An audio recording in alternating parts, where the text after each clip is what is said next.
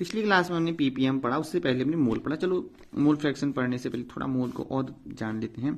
Basically अगर हम मोल की बात करें तो मोल का मतलब होता है weight divided by molecular wait. अगर मैं कहूं कि अगर मैं मोल की बात कर रहा हूं, एक मोल की बात करूं, इसका मतलब होता है कि उस मैं जो उस कंपाउंड की मोल की बात कर रहा हूं तो वो हो जाएगा weight of the compound divided by molecular weight, that is weight of the compound.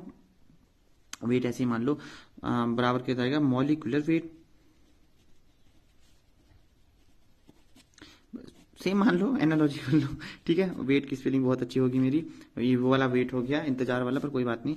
तो ये होता है कि उस कंपाउंड में नहीं कहूँ कि इस पेन का अगर मैं मोल निकालूं तो कहूँगा इस पेन का वेट बता टोटल इसके कितने भी मॉलिक्यूल सबका मॉलिक्यूलर वेट करूंगा तो मेरे उसका मोल मिल जाएगा। और बेसिकली एवोगैड्रो नंबर होता है, हमने पढ़ा था, नहीं पढ़ा तो इसे 6.02 10⁻23 एवोगैड्रो नंबर होता है वैसे एक मोल का मतलब। तो हम कहाँ पे थे, मोल। देखो मोल फ्रैक्शन को हम डिनोट करते हैं बेसिकली काई से। सो ये सिंबल एक्स की तरह होता है बट काई बोलते हैं इसको। तो काई होता है, जैसे मैं कहूँ कि काई ऑफ, एक सेकेंड, काई ऑफ ए कंपाउंड से सबसे पहले कंपाउंड से जरिए करते हैं। काई ऑफ ए कंपाउंड करूंगा तो सबसे पहले हो जाएगा कंपाउंड 1 करूंगा तो mole of compound 1 divided by mole of compound 1 ईटा जैसे कहते हैं इसे, और मोल ऑफ कंपाउंड 2। और अगर मैं कहूं कि काई of that is compound of 2, मैं समझाऊंगा कि किसका मतलब क्या है, बट पहले फॉर्मूला देखो। इसका मतलब जाएगा कि mole fraction of that is mole of compound, जिस कंपाउंड की बात करें वो सबसे पहले ऊपर जाएगा, दैट इज उस कंपाउंड का ओवरऑल में कितना फ्रैक्शन है, दैट इज ये हो जाएगा कंपाउंड 1 प्लस कंपाउंड 2। और अगर मैं इन दोनों को जोड़ देता हूं, दैट इज मैं काई 1 प्लस ऑफ काई 2 को जोड़ देता हूं तो मेरे को 1 मिलेगा, क्योंकि डिनोमिनेटर दोनों का सेम है और न्यूमिनेटर भी दोनों का जुड़ जाएगा तो ओवरऑल कट के क्या हो जाएगा 1 हो जाएगा। ठीक हो गया।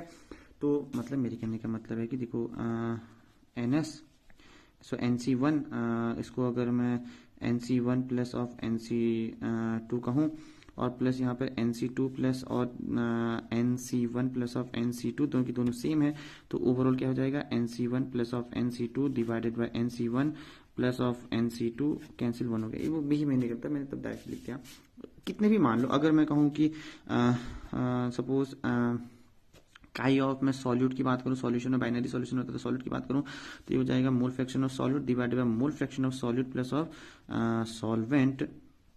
और अगर मैं कहूं काई ऑफ सॉल्वेंट, इसका मतलब क्या हो जाएगा mole of solvent divided by mole of solvent plus solute, sorry पहले वही लिखते हैं, मोल ऑफ सॉल्वेंट दोनों को जोड़ेंगे। मतलब मेरे कहने का मतलब था कि अगर आप अब पूरा बेसिक्स फंडा समझाते हैं। देखो अगर मैं तुमसे कहूँ एग्जाम्पल लो, ये मेरे पास पेन है और दूसरी पेन, एक सेकेंड, हाँ देखो ये मेरे पास एक पेन है ब्लू और एक पेन ब्लैक। अब देखो मैं कहूँगा कि इस ब्लैक पेन का इन दोनों पेन में फ्रैक्शन क्या है तो तुम कहोगे कि जो ब्लैक पेन है उसका फ्रैक्शन उन दोनों पेन में कितना हो, ब्लैक पेन एक है और पेन मेरे पास कितनी, ब्लैक प्लस ब्लू।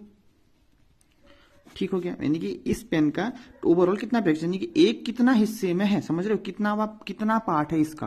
फ्रैक्शन का मतलब तो वही होता है कि यानी कि ये पेन ये जो मेरी ब्लैक पेन है, इन दो पेनों को मैं एक मेरी क्या है ब्लैक पेन है, यानी कि 1/2 इसकी वही प्रोबेबिलिटी।